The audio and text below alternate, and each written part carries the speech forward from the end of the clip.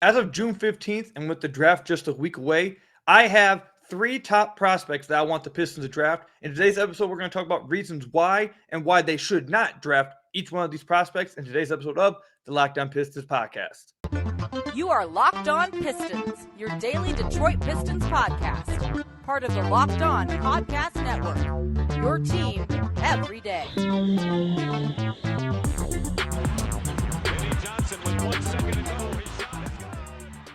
What's the deal? Welcome back to another episode of the Locked On Pistons podcast. Per usual, I'm your host, Kook Cahill. You can find me over on Twitter at Kook Cahill. I want to thank you guys for making Locked On Pistons your first listen of every single day. We are free and available on all your podcast platforms. And if you haven't already, head to our YouTube channel at Locked On Pistons. Hit that subscribe button. It's the best way to support the podcast. We're on our road to 3,000 subscribers, continuing to show Locked On that we have the best and fastest growing fan base at the Locked On Network. So again, you want to find the best way to support the podcast, YouTube channel, Locked On Pistons. Hit that subscribe button. All right, so as of June 15th, with the draft just a little over a week away, actually 8 days away, it's coming fast, man. I've been flip-flopping a lot between a lot of guys.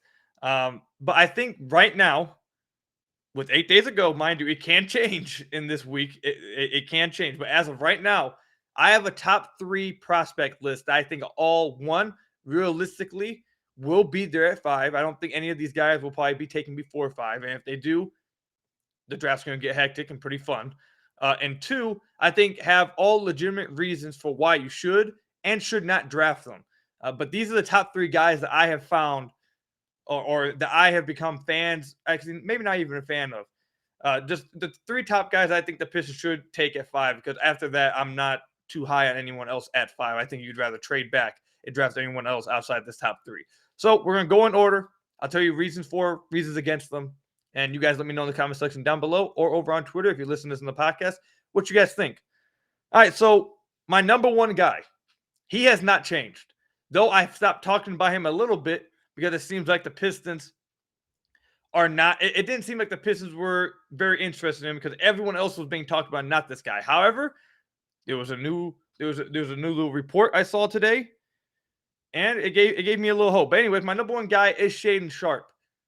The guy who went to Kentucky, didn't play in college, was a high school phenom, number one prospect coming out of high school, played obviously in high school, but also the EYBL.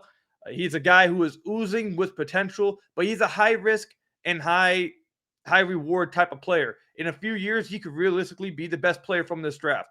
In a few years from now, he could be a bench player.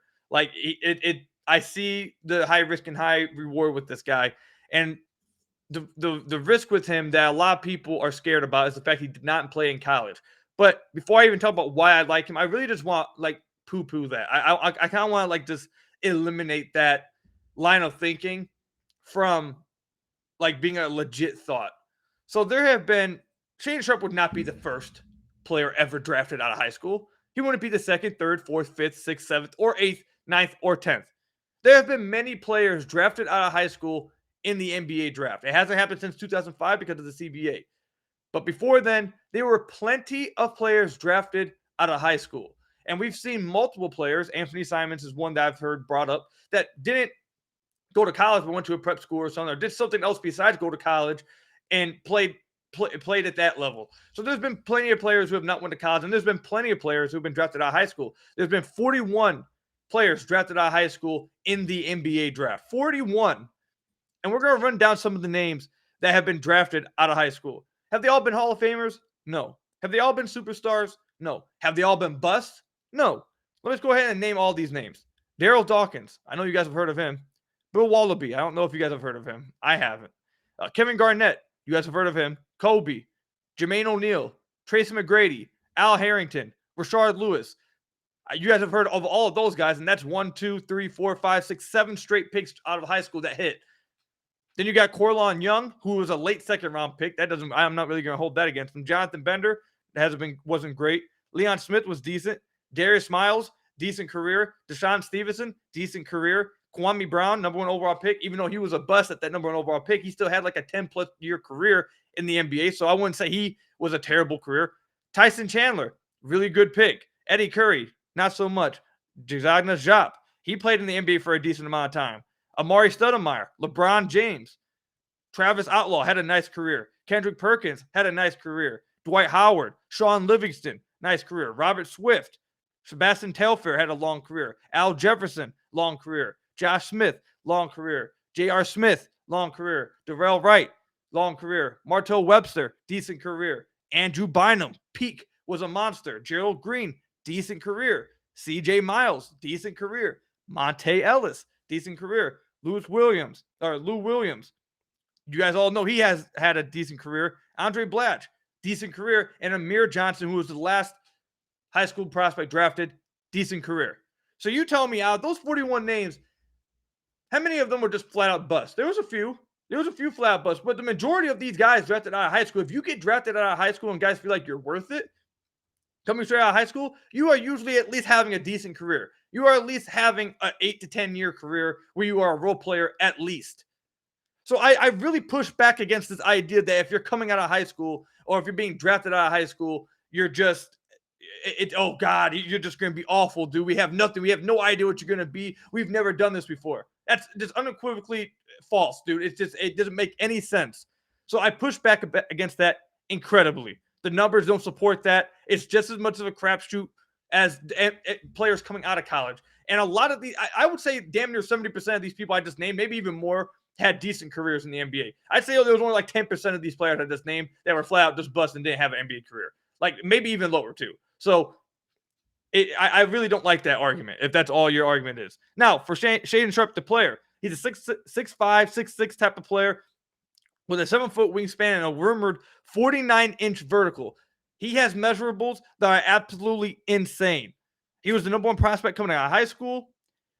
His offense, his shot creation, his ability to create shots for himself appears to be pretty damn good and could be elite at the next level. He knows how to create a jumper for himself. He knows how to create space for himself. He has a nice handle.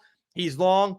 Again, he has a high release point. I like his jumper. I like his form. And his footwork on these step backs, his footwork on the creation makes it so smooth. I really love seeing it. So those are some of the things that jumped off the film for me that I really like seeing. He has the potential to be a legit elite 3-level scorer. Some of his negatives, obviously, coming to high school, we don't have college film, but also he didn't show a lot on defense in the EYBL film and high school. He showed flashes, but not a ton to make you believe that he's going to come in immediately and be a defender. He has the measurables to become a good defender, but that's something that he didn't really show. But I think you could say that for a lot of young guys. A lot of young guys around his age coming out of high school probably haven't shown to be an elite defender at that level yet. But that's one of his negatives. Another one of them, again, while I'm pushing against the high school argument, he obviously has not went against the high level competition. So there's going to be people who question whether he can get these shots off and get this kind of thing going against competition better at the same level or better than him. So that's another one of those question marks with him. And obviously he doesn't really, he lacks experience running like professional offenses, obviously, because he was playing EYBL in college or not EYBL in high school. So he lacks experience doing that. So it's going to be a learning process for him. And also there's a little bit of question about his first step, though his second and third step are lethal. There are questions about his first step and whether he can just zoom by guys, but that doesn't concern me as much as it concerns most people. But all of that, those are some negatives for some reasons why the Pistons could be scared to draft him. His defense, questions about his first step, and the legitimacy of who he was doing this against and whether he can do it at the next level. And obviously some people may just be scared away because he's coming out of high school and did not play college. However, reasons to draft him, he could very well become the best player in this draft. He has great size, great athleticism, great length. He could be very well an elite 3-level scorer. He knows how to create a shot for himself. His footwork's insane, and he can get to the rim. And off-ball offensively, this dude would be an absolute havoc cutting along baselines and getting alley-oops and finishing around the rim. Cutting to the rim, he should be absolutely a freak of nature in the NBA. So those are some positives. Those are some negatives, reasons why the Pistons should, or reason why the Pistons may not draft Shaedon Sharpe. But he is number one on my big board for people the Detroit Pistons should draft at their number 5 overall pick. When we come back, obviously we got 2 more players that we're going to talk about. Both of these players, I think you guys are going to know who they are. They've been talked about a lot in the Pistons community. I'm not going to surprise you guys with a random name. I'm right there with you guys. I'm not going to spoil it yet, but stay tuned to find out who these 2 guys are and why the Pistons should and should not draft them. But first, I have to tell you guys about one of our sponsors, PrizePicks. All right, NBA fans, Are you looking for a daily fantasy option for the NBA? Then you need to try their award-winning app, PrizePicks. PrizePicks is daily fantasy made easy. I love this. We know you will too. It's easy to use. You simply pick 2 to 5 players and an over-under on their projections. You can win up to 10 times on any entry, and it's just you versus the projected numbers. Entries can be made in 60 seconds or less. It's really that easy. PrizePicks is safe and it offers fast withdrawals as well. So make sure you use their award-winning app on both the App Store and Google Play. PrizePicks offers any prop you can think of, from points scored to rebounds and even steals. And PrizePicks allows mixed sports entries as well. So, for example, during the football season, I would always, and I mean always, take the under on Jared Goff's passing yards, but I would always take the over on Cade Cunningham's points. Those are the kind of things you can do. But it's not just NBA and NFL. You got college basketball, college football, MLB, soccer, MMA, and more. And for a limited time, PrizePicks has an exclusive no-brainer of an offer for all of our users. Users get $50 for free if a player in your first PrizePick entry scores a singular point, but you must use code NBA. That's right, this is an exclusive offer available to our Locked On fans. Sign up today and use code NBA for $50 for free if a player in your first PrizePicks entry scores a singular point. PrizePicks is daily fantasy made easy. So I want to thank you guys again for making Locked On Pistons your first listen of every single day. We are free and available on all your podcast platforms. And if you haven't already, head to our YouTube channel at Locked On Pistons. Hit that subscribe button. I'd really appreciate it. It's the best way to support the podcast on the road to 3,000 subscribers. Yada, yada, yada. You guys get all of that. All right, so these next 2 guys. These are the 2 guys that I've flip-flopped on multiple times. I've flip-flopped on this a ton over the past week and a half or so. And there's positives and negatives to both of them, obviously. It's really close. However, as of June 15th, again, as of June 15th, it can change. I have the right to change by draft time. But as of June 15th, I have number 2, Bennedict Mathurin. And I think you guys know who number 3 is going to be now. But Bennedict Mathurin is number 2 for me. Now, just to throw this out there for you guys, The Ringer has his shades of and comparisons of Jamal Crawford, Karis LeVert, and prime Victor Oladipo. Now, Bennedict Mathurin has really grown on me because he got nice size. He's 6'5". He has a 6'9" wingspan. He's a guy who has shown that he's able to hit and knock down open threes. He's a guy that showed last year that he was trying and is attempting to try and add more to his game off the dribble, trying to take more tough shots coming off screens, not just catch and shoot shots, basically. He's trying to expand his game and show, hey, I can do more than just catch and shoot threes. I can do a lot more.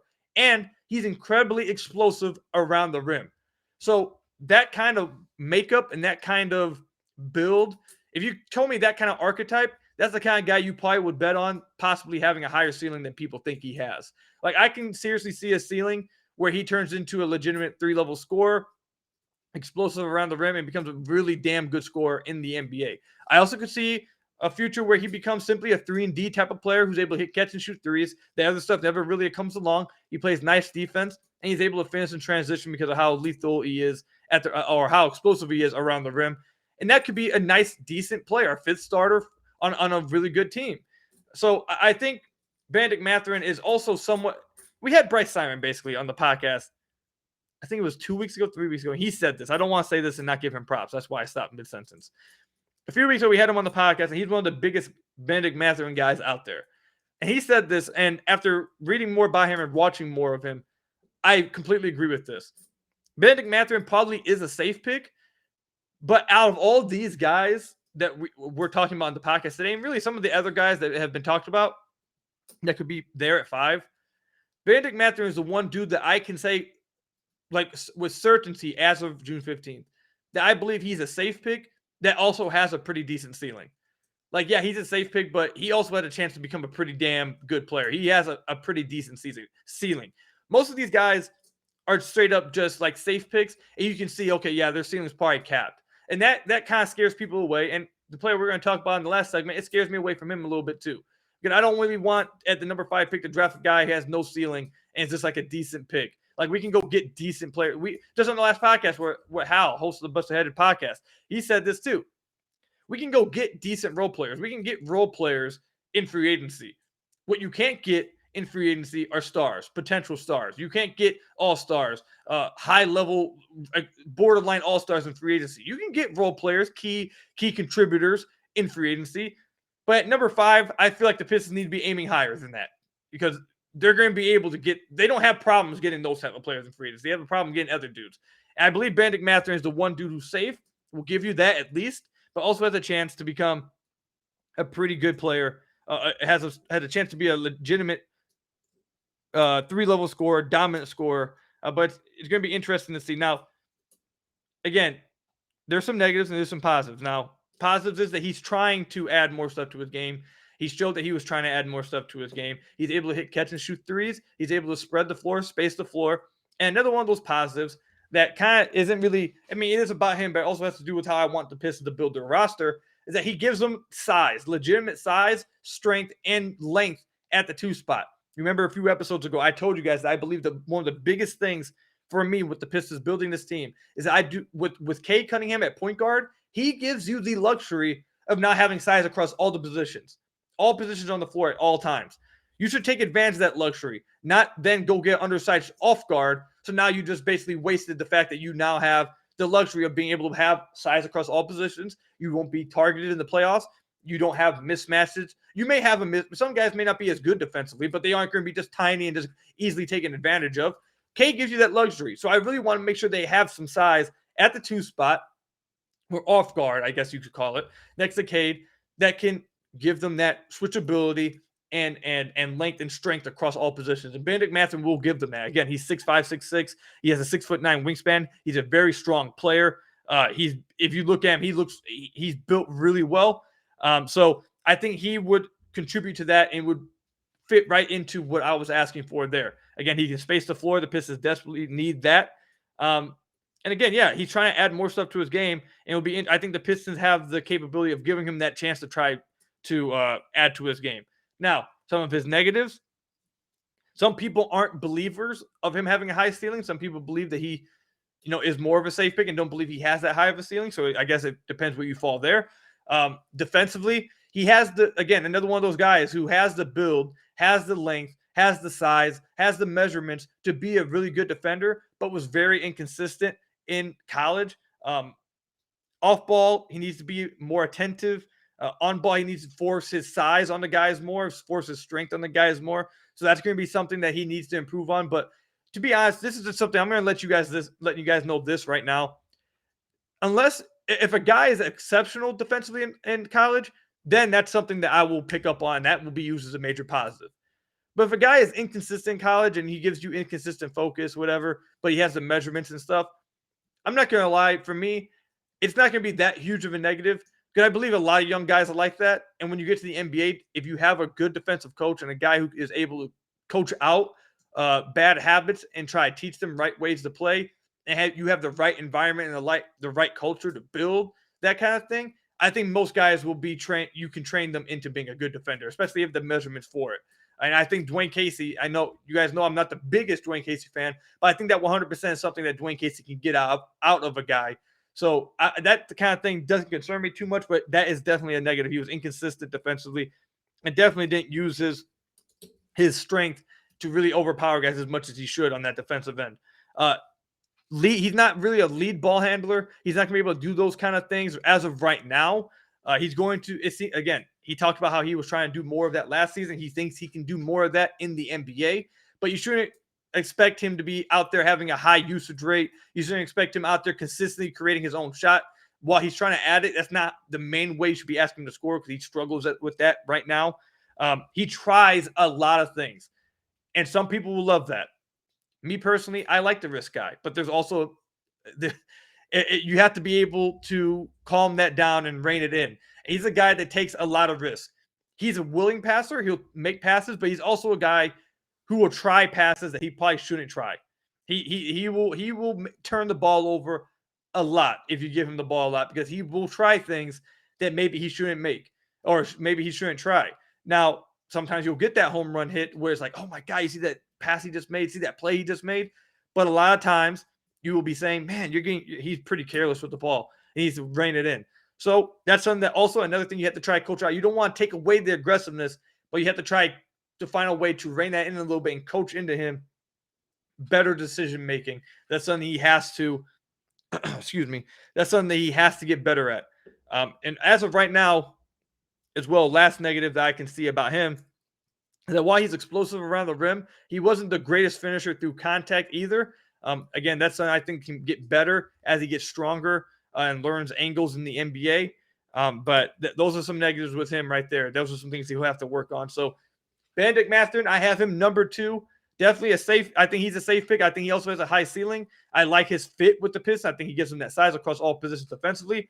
I think he'll space the floor offensively as a pure catch and shooter and the ability to hit an open jump shot while also teasing and having the potential to maybe give a little bit more than that off the bounce and with the ball in his hands. And he's an explosive athlete. I think he'll play really well in transition as well in the NBA, especially with that open floor and more space to work with. So that's why I stand.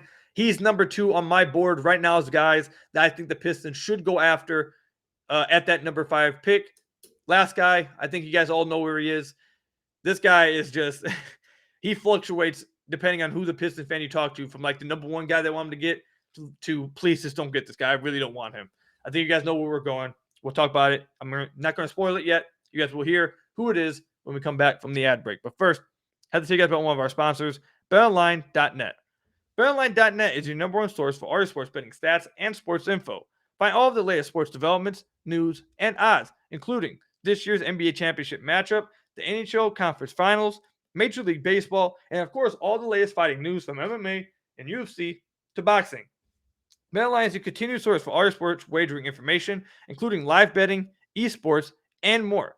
Head to the website today or use your mobile device to learn more about their trends and action today. And again, if you head over to their site right now, you'll see that it's more than just basketball or football. You got boxing, you even got golf, hockey, you got horse racing, martial arts, soccer, tennis, and many, many more things you can go over there and have fun with.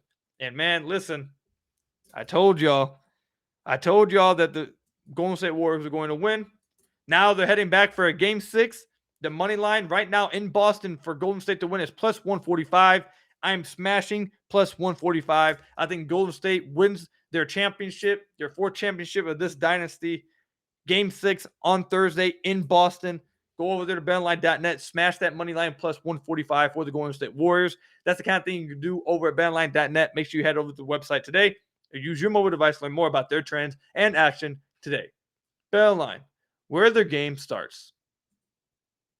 So I want to thank you guys again for making Locked On Pistons your first listen of every single day. We are free and available on all your podcast platforms. And if you haven't already, head to the YouTube channel at Locked On Pistons. Hit that subscribe button. It's the best way to support the podcast. I'd really appreciate it. On our way to 3,000 subscribers, you guys get all of that. And I really appreciate all the support that you guys have been giving me over the past few months. It's been insane. We're growing as a community. I can't wait to look back in a year from now and be like, man, this is where it started right here. Because over the past few months, this is where we're really growing as a community. We're getting pretty big out there. I can't lie. So I appreciate all of you guys' support and all of you guys who continue to rock with me every single day throughout the offseason. You guys know I got y'all with Piston news and talk. All right, so the final guy and number 3 on my big board for the Detroit Pistons is Keegan Murray. Everyone knew who it was. It's Keegan Murray. And listen, Keegan Murray is probably, in my opinion at least, the most controversial prospect in the Pistons community. Easily. Some people maybe would say Shaedon Sharpe, but honestly, I don't think it's Shaedon Sharpe because I think I'm in the minority of people who want Sharpe. I don't think there's much talk about Sharpe actually being picked. I think most Pistons fans have just ruled him out because he played in high school. So I don't think he didn't play college. He only played high school. So I don't think he's that controversial. Keegan Murray is very controversial because there's people who really love him and there's people who really hate him and just don't want him drafted. Now, here's the positives of what would happen, or some of the good things, in my opinion, that would happen if you drafted Keegan Murray. Now, Keegan Murray is 6'8". He has a 6'11" wingspan. He can play the 4 and the 3. I think he's probably a 4. He's a really good, polished, offensive, off-ball player. He can hit a knockdown jumper. He can pick and pop. He can finish in transition. When you watch Keegan Murray, at least for me, he doesn't score in like eye-popping ways, but he's one of those dudes who just gets the job done. Like he's going to score and like he's going to make it like as easy as possible for himself. He's not going to hit incredibly tough shots, at least from when I watched him. He's one of those dudes who just makes it happen, dude. He's going to make nice cuts. He's going to finish in transition. He's going to rotate to the right spot behind the arc. He's going to know where to go in transition. He's going to post up mismatches and finish. He's going to finish around the rim on cuts. He's going to pick and pop, hit a pick. Like, he's not going to do anything psychotic that's going to have you like, oh my God, look at this. But he just knows how to play, I guess is what I'm trying to say. He has an incredible feel for the game. He's not going to force anything he can't do. He knows what he can and can't do. But he has such a great feel for the game that he was able to lead the league in scoring last year for him and be an incredibly efficient scorer because he just knows how to play and knows where to be. He's going to get things done that way.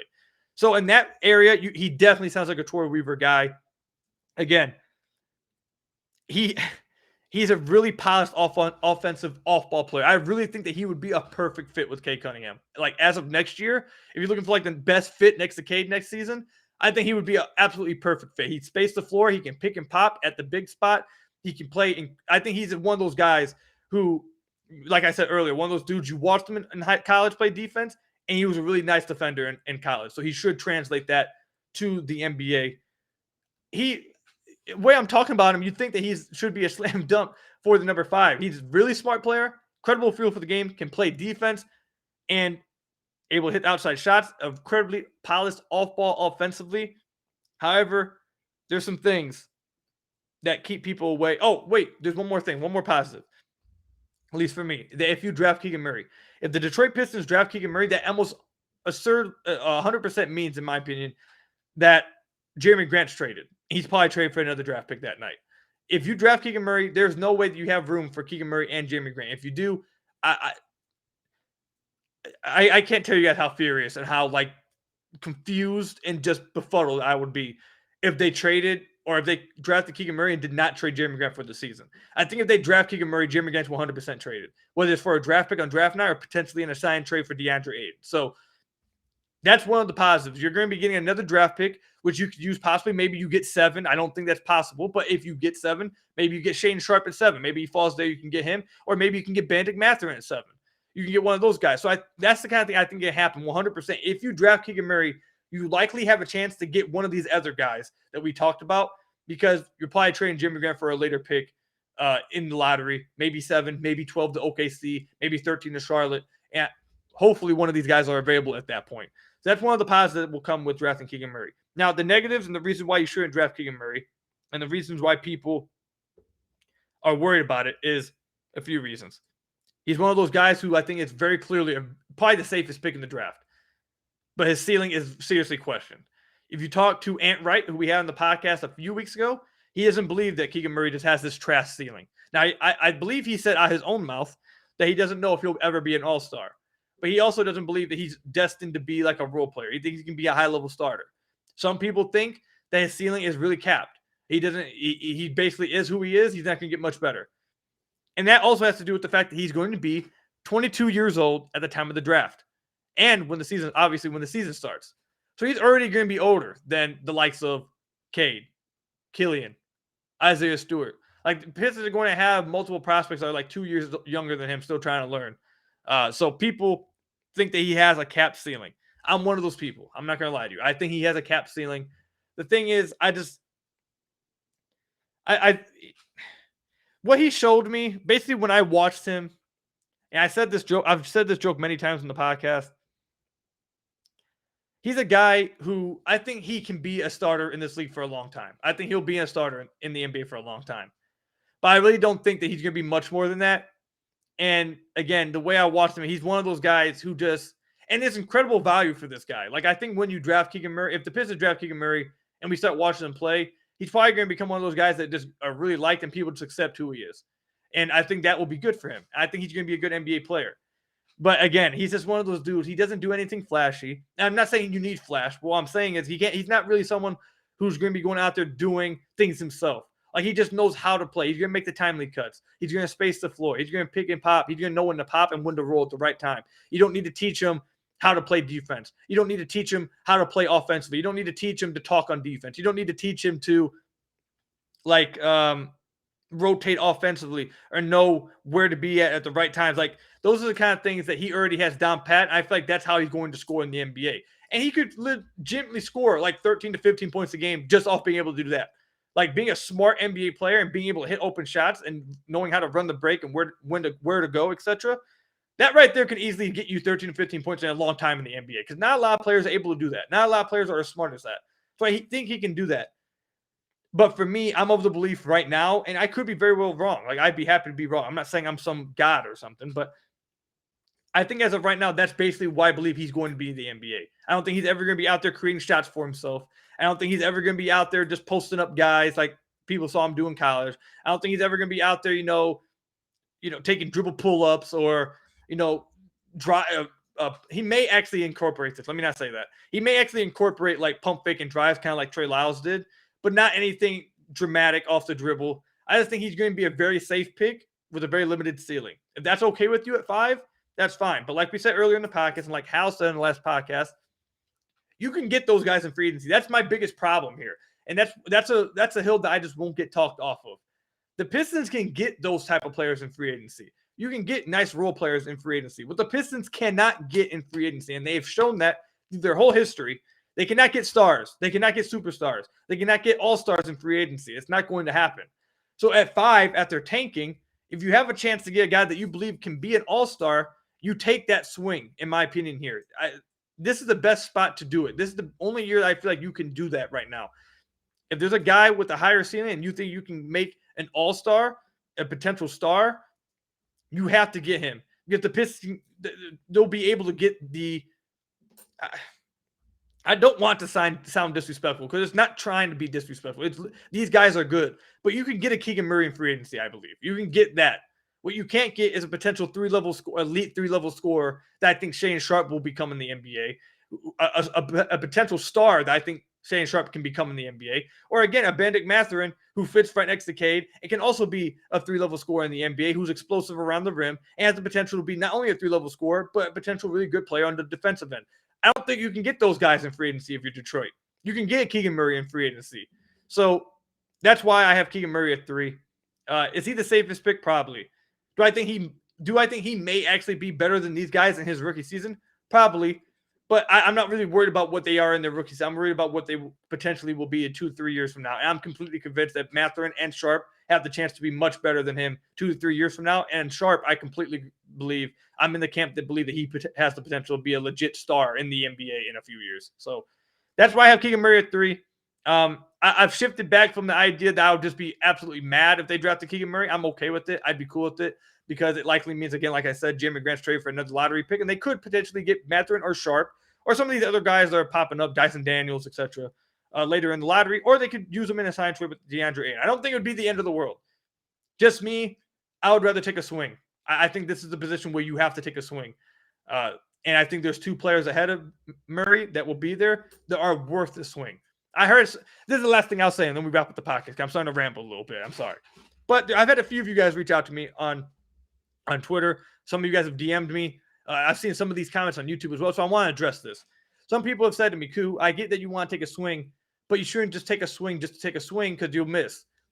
Again, I don't mean to be – it's not supposed to be literal. Like, obviously, I don't want the Pistons shouldn't go out there and take a swing on a guy that, oh, look, he's 18, projected to be 30th in the draft. Let's take him at 5 because he's young, and we want to take a swing on a guy with good measurables at 18, even though he's projected to go 30th. That's not what I'm saying. Sharpe I don't think he's just like you're just swinging at air. Like, he was a number one prospect out of high school. Despite not playing in college, the majority of draft boards have him top 5.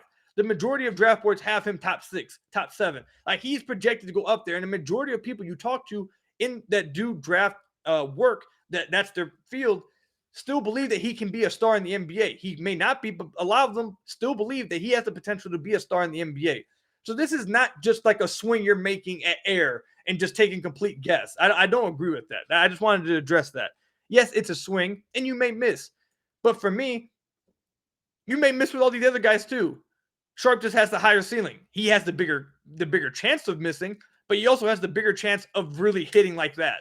So I don't view him as like for lack of a better example, a Sekou Doumbouya. He's not a Sekou. Like, I really push back against that because that's one of the examples you guys have used. He's not a Sekou. He's not. But I'll end it there because I'm going to end up rambling for like another 20 minutes if I keep going. Let me know what you guys think. If you guys enjoyed this episode, Let me know what you guys think about these 3 prospects. Do you guys agree with the order I have them in? Do you guys have these 3 prospects at the top of your guys' chart?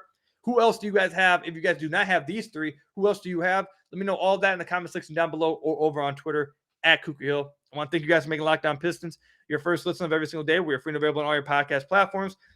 Again, make sure you head over to the YouTube channel at Locked On Pistons. Hit that subscribe button. It's the best way to support the podcast. Make sure you're making Locked On NBA Big Bird your second listen every single day. Host Rafael Barlow from NBA Draft Junkies and author of the Big Board newsletter is joined by Richard Stamen, Sam Ferris, and Leaf Doolin, giving fans an in-depth look at the NBA draft, mock draft, players' rankings, and of course, the Big Boards is free and available wherever you get your podcasts. And until next time, I'll see you guys later. Peace out, everybody. Enjoy these finals. Enjoy your day. Stay safe. Until next time, I'll see you guys later. Peace out, everybody.